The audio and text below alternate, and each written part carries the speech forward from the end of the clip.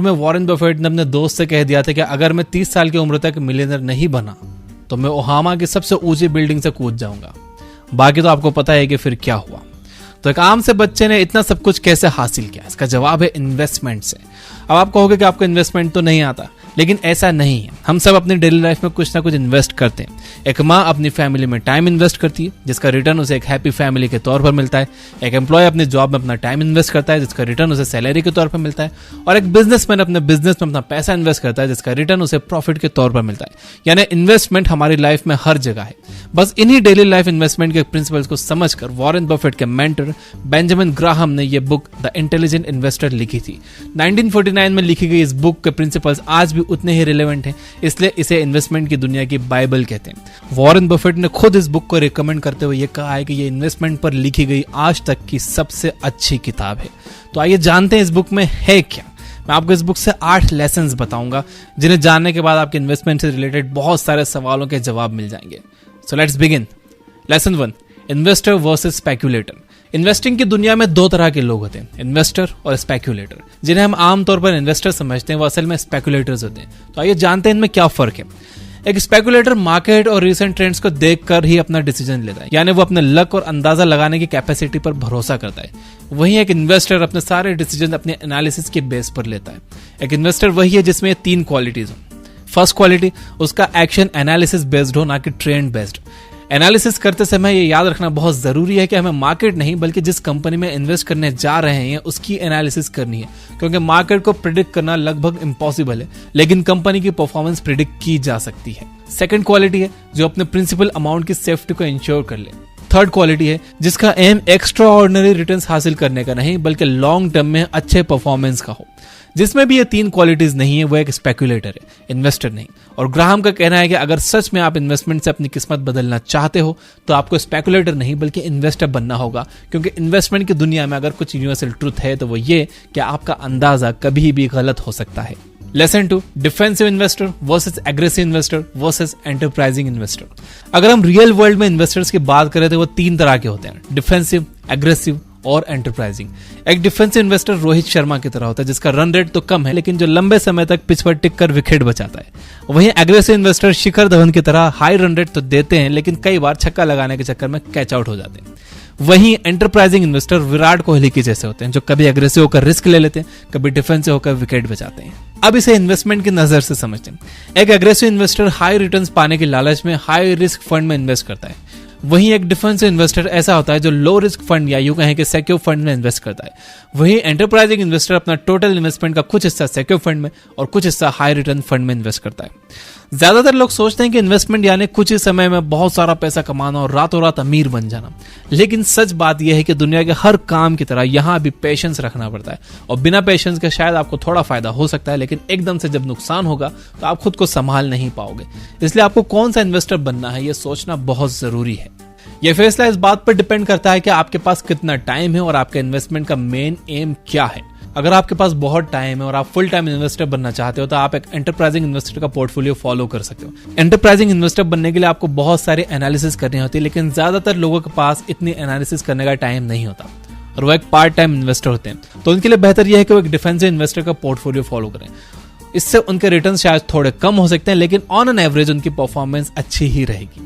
Graham aggressive investor बनने का suggestion किसी को नहीं देते, क्योंकि वो रास्ता गैम्बलिंग की तरह है जो आपको एक दिन में अर्श से फर्श पर ला सकता है। Lesson 3, defensive portfolio. अगर आपने एक डिफेंसिव इन्वेस्टर बनने का फैसला किया है तो आइए देखते हैं कि बेंजामिन ग्राहम आपको किन कंपनीज में इन्वेस्ट करने की सलाह देते हैं। सबसे पहला है adequate size of an enterprise, यानी आपको बड़ी और रेप्यूटेड कंपनी में इन्वेस्ट करना चाहिए, क्योंकि लॉन्ग रन में ये एडिक्वेट रिटर्न देती हैं। वहीं छोटी कंपनीज काफी रिस्की होती हैं। नंबर 2 है स्ट्रॉन्ग फाइनेंशियल कंडीशन, यानी आपको एक ऐसी कंपनी में इन्वेस्ट करना चाहिए जिसके करंट एसेट्स उसकी लायबिलिटीज से दुगने हो, यानी उसके डेट और अर्निंग में 2:1 का करंट रेशियो होना चाहिए, यानी कि 200% करंट रेशियो होना चाहिए। नंबर 3 है अर्निंग स्टेबिलिटी, यानी पिछले 10 सालों में कंपनी ने कोई बड़ा लॉस ना उठाया हो और कुछ ना कुछ रेगुलर प्रॉफिट गेन किया हो। नंबर 4 है डिविडेंड रिकॉर्ड, यानी कंपनी ने कम से कम 15-20 सालों में अपने इन्वेस्टर्स को लगातार डिविडेंड पे किया हो। नंबर 5 है अर्निंग ग्रोथ, यानी कंपनी का प्रॉफिट हर साल बढ़ते रहना चाहिए और पिछले 10 सालों में कम से कम 33% बढ़ना चाहिए। लेकिन अगर हम इंडिया की बात करें तो यहाँ इन्फ्लेशन को देखते हुए कम से कम 10 सालों में 100%, यानी कि डबल प्रॉफिट तो होना ही चाहिए। नंबर 6 है मॉडरेट पीई रेशियो, यानी कंपनी के शेयर का करंट प्राइस उसके पिछले 10 सालों के रिटर्न से 15 गुना से ज्यादा नहीं होना चाहिए, वरना आप उस स्टॉक को उसके एक्चुअल वैल्यू से ज्यादा प्राइस में खरीद रहे हो, जो आपके फ्यूचर रिटर्न को कम कर देगा। इन सब के अलावा सबसे जरूरी बात यह है कि डिफेंसिव इन्वेस्टर को ग्रोथ स्टॉक्स में इन्वेस्ट करने से बचना चाहिए। उसका पोर्टफोलियो 50-50% का होना चाहिए, यानी कि 50% उसे बॉन्ड या कैश में इन्वेस्ट करना चाहिए और बाकी के 50% स्टॉक्स में। वैसे तो वॉरेन बफेट और बेंजामिन ग्राहम हमेशा एक पेशेंट, डिफेंसिव और लेस एक्सपेक्टेशंस रखने वाला इन्वेस्टर बनना सिखाते हैं, लेकिन फिर भी अगर आप फुल टाइम इन्वेस्टर बनकर हाई रिटर्न्स में अपना हाथ आजमाना चाहते हो तो अगला पॉइंट आपके लिए है। Lesson 4, enterprising investor. एक एंटरप्राइजिंग इन्वेस्टर के पोर्टफोलियो में आपको ये 4 चीजें जरूर मिलेंगी: patience, discipline, eagerness to learn यानी कुछ सीखने की चाहत, और बहुत सारा टाइम इन्वेस्टमेंट। जैसे जिंदगी से थोड़ा हासिल करने के लिए आपको कुछ अलग करना पड़ता है, वैसे इन्वेस्टमेंट से कम लॉस में ज्यादा रिटर्न्स पाने के लिए भी आपको बाकियों से कुछ अलग करना होगा। आइए सीखते हैं क्या। नंबर 1, मार्केट के खिलाफ जाना, यानी जब सब लोग मार्केट के नीचे आने के डर से अपने शेयर बेच रहे हैं तब आप खरीदो, और जब सब मार्केट के ऊपर जाने से लालची बनकर खरीद रहे हैं तब आप बेचो। नंबर 2, ग्रोथ स्टॉक्स खरीदना।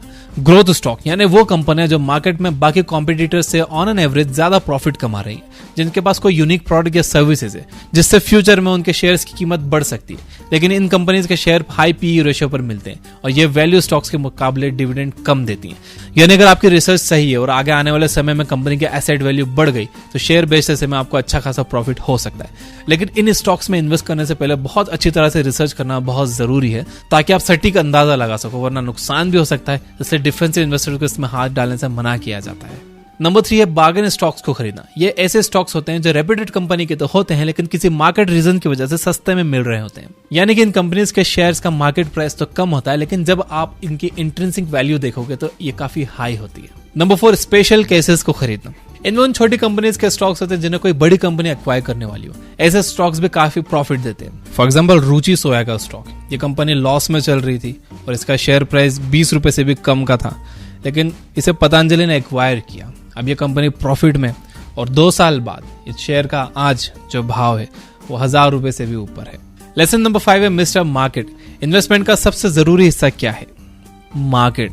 लेकिन इसी मार्केट के उतार चढ़ाव के डर के कारण से ज्यादातर लोग अपना पैसा इसमें डालने से डरते हैं। इस कॉम्प्लेक्स से मार्केट को ग्राहम ने अपनी किताब में एक सिंपल सा मूडी मिस्टर मार्केट का नाम दिया है ताकि हमारे लिए इसके फ्लक्चुएशन को समझना आसान हो जाए। तो मिस्टर मार्केट का मूड रोज सुबह बदलता है। जब इसका मूड अच्छा होता है तो वो शेयर के प्राइस को उसकी एक्चुअल वैल्यू से काफी ज्यादा कोट करता है, यानी वो 100 रुपए के शेयर को 1000 रुपए में देने को तैयार हो जाता है। वहीं जब उसका मूड खराब होता है तो वो 100 रुपए के शेयर को 10 रुपए में देने के लिए भी तैयार हो जाता है। तो अगर आप एक समझदार आदमी हो तो आप क्या करोगे? सिंपल है, जब उसका मूड ठीक हो तो आप अपने 100 रुपए के शेयर को 1000 रुपए में बेचो, जब उसका मूड खराब हो तो उसके 100 रुपए के शेयर को आप 10 रुपए में खरीदो। पर ज्यादातर लोग इसका उल्टा करते हैं। जिस दिन मार्केट का मूड अच्छा होता है तो वो ज्यादा प्राइस कोट करता है और लोग अंदाजा लगाने लगते हैं कि कल इसका मूड शायद और ज्यादा अच्छा होगा, कल ये 1000 के शेयर 5000 के हो जाएंगे, इसलिए आज वो 1000 के उन शेयर को खरीद लेते हैं। और जब उसका मूड खराब होने लगता है तो लोग डर के मारे कहीं उसका मूड खराब ना हो जाए अपने शेयर को 10 रुपए में बेच देते हैं। ग्राहम कहते हैं कि अगर आपको डिफेंसिव इन्वेस्टर बनना है, लॉन्ग टर्म में आपको इन्वेस्ट करना है, तो आप मार्केट को भूल ही जाओ। उसका मूड कैसा भी हो आपको उससे फर्क नहीं पड़ना चाहिए। जब आपने इन्वेस्ट कर दिया तो आपको फर्क नहीं पड़ना चाहिए कि मार्केट ऊपर जा रहा है या नीचे जा रहा है।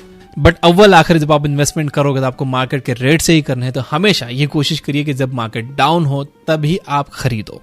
आपको शेयर्स खरीदने के लिए डीमैट अकाउंट लगता है। देखो फिलहाल तो मार्केट ऊपर ही जा रहा है, तो व्हाट आई रिकमेंड यू कि आप कम से कम अपना डीमैट अकाउंट खुलवा के रख लो। जब मौका आए, जब आपको लगे कि यार अब मार्केट काफी डाउन है, मिस्टर मार्केट का मूड खराब है, 100 रुपए के शेयर 50 रुपए में मिल रहे हैं, 10 रुपए में मिल रहे हैं, तब आप इसमें पैसा डालना। तो डीमैट अकाउंट कम से कम अपना खुलवा के रख लो।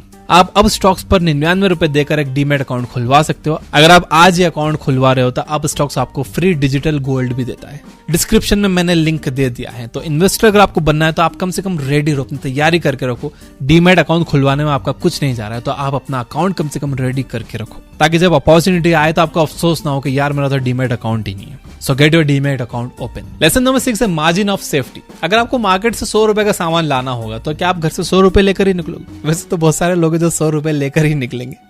या एक इंजीनियर को 20,000 किलो की कैपेसिटी का पुल बनाना हो तो क्या वो बस 20,000 किलो का ही बनाएगा? नहीं ना। अब जो लोग समझदार होंगे वो कम से कम 150-200 रुपए लेकर निकलेंगे। और इंजीनियर भी पुल कम से कम 30,000 से 40,000 किलो की कैपेसिटी का बनाएगा, ताकि किसी अनवांटेड सिचुएशन में कोई प्रॉब्लम ना हो जाए।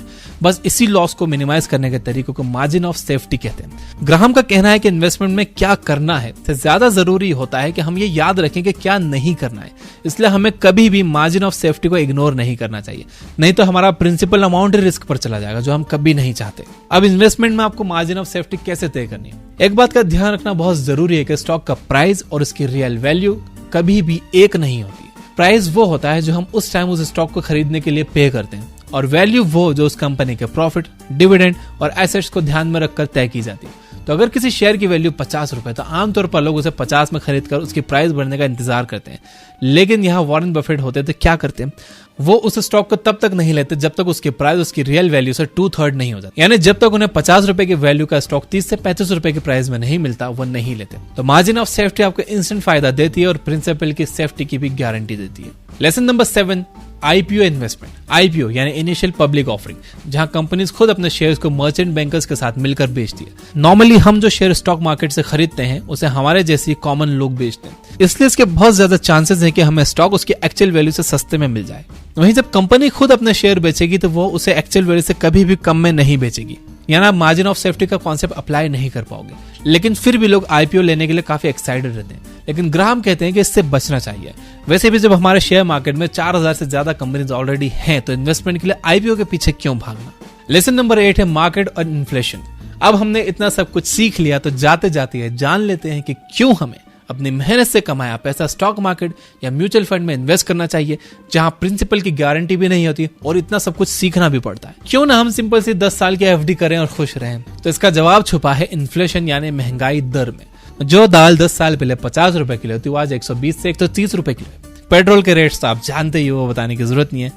अगर हम इंडिया के इन्फ्लेशन रेट की बात करें तो पिछले 10 सालों में 6 से 7% का इन्फ्लेशन रेट देखा गया है। अब अगर एफडी देखें तो वह आपको 5 से 6% का रिटर्न देती है, यानी कि कुल मिलाकर लॉन्ग रन में आपके पैसे की वैल्यू कम ही होगी।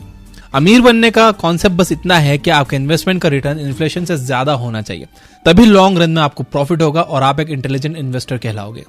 तो दोस्तों, ये थे इन्वेस्टिंग की सबसे बेहतरीन किताब द इंटेलिजेंट इन्वेस्टर, तो कुछ जरूरी सबक जिन्हें याद रखकर आप भी एक इंटेलिजेंट इन्वेस्टर बन सकते हो। तो वीडियो पसंद आया हो तो इसे लाइक जरूर करना। इन्वेस्टमेंट से रिलेटेड बुक समरी सुनने के लिए डाउनलोड करिए ये बुक ऐप, और अपना डीमैट अकाउंट जरूर खुलवा के रख लेना ताकि इन्वेस्टमेंट का मौका आपके हाथ से ना निकले। Finally, you guys are amazing, keep reading, keep learning, keep growing. Thank you for watching.